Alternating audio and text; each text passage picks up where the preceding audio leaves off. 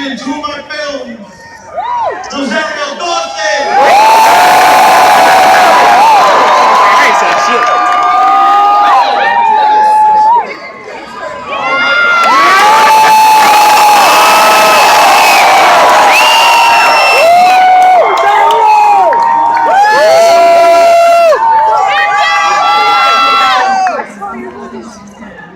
Turn it up! There you go.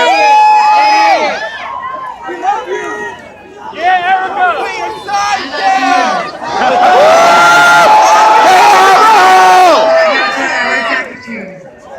Alright, bear with me.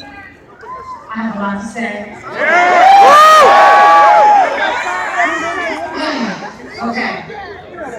So, today, I heard some obfuscated facts, some information that was being misconstrued, very misleading and very divisive. Today, a lot of news outlets and the other Democratic candidate we're better than that.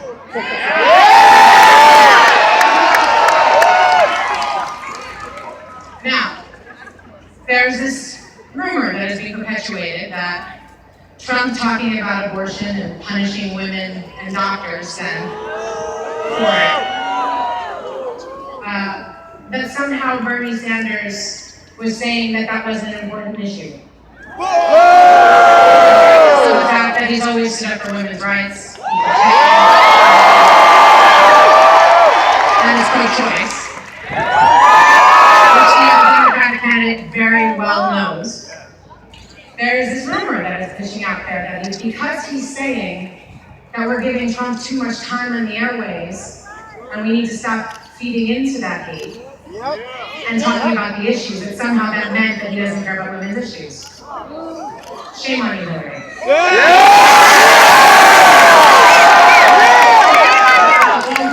Shame on. You watch my tone.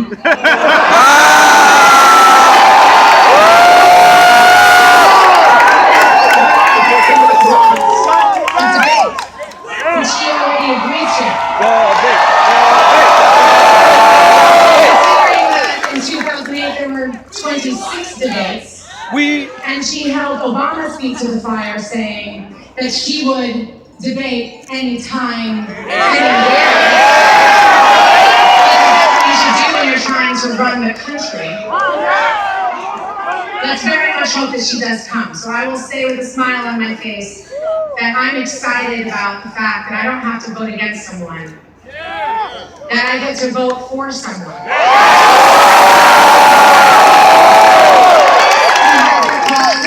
Undocumented people illegals, like the Democratic candidate, or calls our children who needed care super predators that needed the world to heal. Who called people on welfare deadbeats? No. Well, yes, she is under FBI investigation.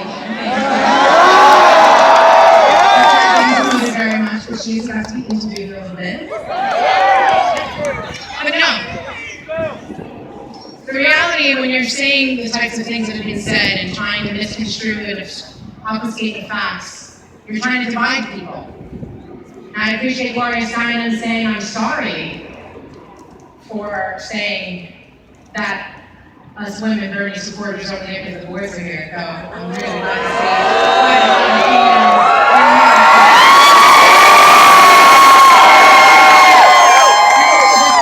This idea that you're only white. Well, my daddy, my biological daddy anyway, is Irish. So Bernie didn't need to make me white.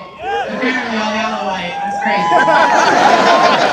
crazy. Must be issues with my eyes. Now the reality is when they're talking about that stuff, is that they're trying to divide us. They're trying to say that only Trump supporters are racists, which there are a lot of racists who follow Trump, but they're not all racists. That all followers of Bernie are all white males, but that's not true either.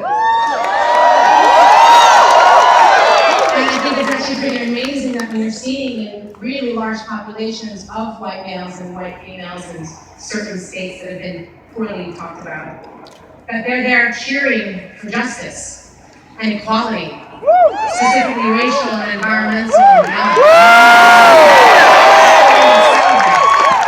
It's a beautiful thing.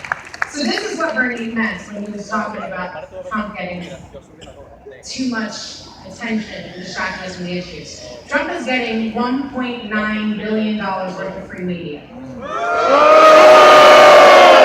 Bernie's gotten about $321 million. And most of that's been with a lot of eye rolling and saying that he should be dismissed and out of the equation. Why do you think that is? Do you think that's an accident?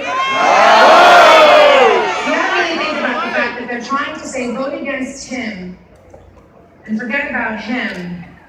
So what does that mean? That we have to vote for the other Democratic candidate? No.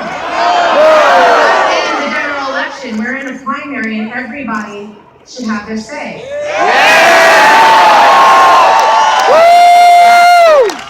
So I don't have to vote against somebody because I get to vote for someone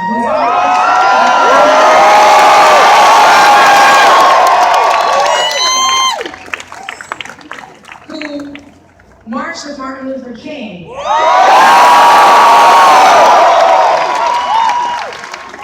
And who can draw a crowd that makes me dizzy with happiness. She had a fraction of that many people yesterday at the Apollo, and failed to mention that when she was a senator, 2 million people were stopped because of stop and frisk. And she said nothing.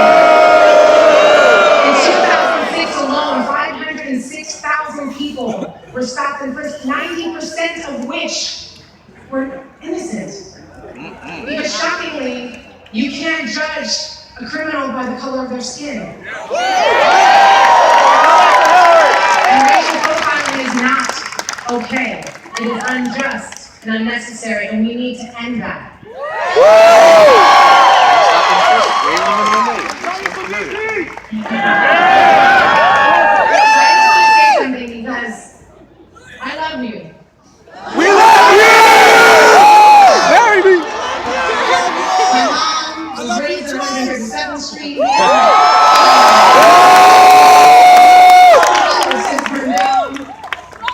I'm from Coney Island. I'm from the Lower East Side.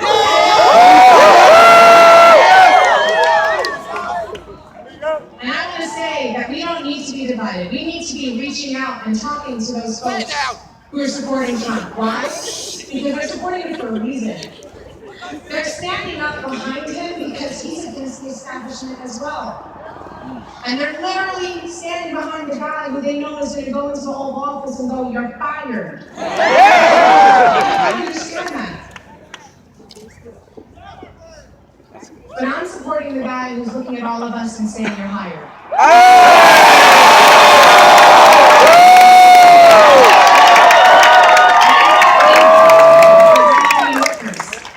We are not interested in being bamboozled.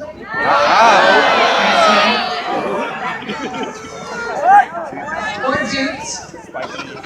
We're divided by our race, our gender, our age. That's the past. When people did have to vote for the lesser of two evils, but we don't have to do that. The reality is, when 9/11 happened, people came together. And they saw, when the Syrian refugees were walking, something that mirrored their experience, when we had to walk across bridges and reach out. And we wanted to reach and hold them back in. We celebrated when there was a blackout for 3 days because we weren't attacked. My mom was walking down the street in the Lower East Side going, "Neighbors, bring out your meat and eat your neighbors." So we could share our perishables. And people were making love, and the fire escapes, and dancing, and drum circles, walking through Times Square because they could see the stars for the first time. Taking care of each other during Hurricane Sandy. Making sure our neighbors had medicine and food, who walk down the stairs, charges, generators, so they can get their phones charged, because that's now as important as water. Marched against the bailout because they knew the people needed the bailout, not the banks. They were too big to bail them, and what that look like for us voting in the future. Raise the mic. This is a community that I love. The place that I grew up, that was the melting pot, center of the world. You can go anywhere and people know New York. You can get, a Chinese food roll, you can get a slice of pizza, you can jump on a train and go to Philly and get yourself a Philly cheesesteak. Oh my God, that sounds really good. I can stand you. You go to Coney Island to ride the cyclone and get a headache from it because it's dangerous. Go to Washington Heights and get a chimichurri. You go to New Jersey. Across the Washington State Bridge so we can go and see mountains and greenery. And see bears and walk with no engines like it's dangerous, but they're bears.